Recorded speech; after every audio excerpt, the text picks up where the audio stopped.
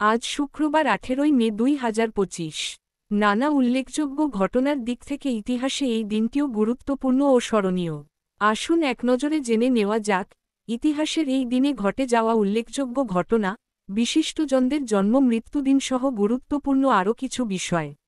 1974 সালে ভারত আজকের দিনে রাজস্থানের পোখরানে স্মাইলিং বুদ্ধা কোড নামে প্রথম পারমাণবিক বোমার সফল পরীক্ষা চালায়।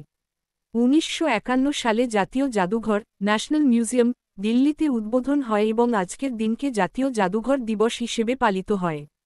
নেপোলিয়ন বোনাপার্ট 1804 সালে আজকের দিনে নিজেকে ফ্রান্সের সম্রাট ঘোষণা করেন। 1798 সালে লর্ড ওয়েলেসলি ইস্ট ইন্ডিয়া কোম্পানির গভর্নর জেনারেল হয়ে কলকাতায় আসেন। 1860 সালে আব্রাহাম লিঙ্কন মার্কিন প্রেসিডেন্ট পদে নির্বাচিত হন।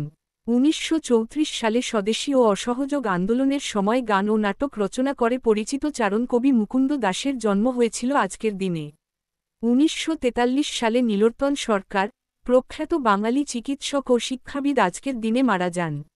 1945 সালে আজকের দিনে ইউরোপে আনুষ্ঠানিকভাবে দ্বিতীয় বিশ্বযুদ্ধের সমাপ্তি ঘটে।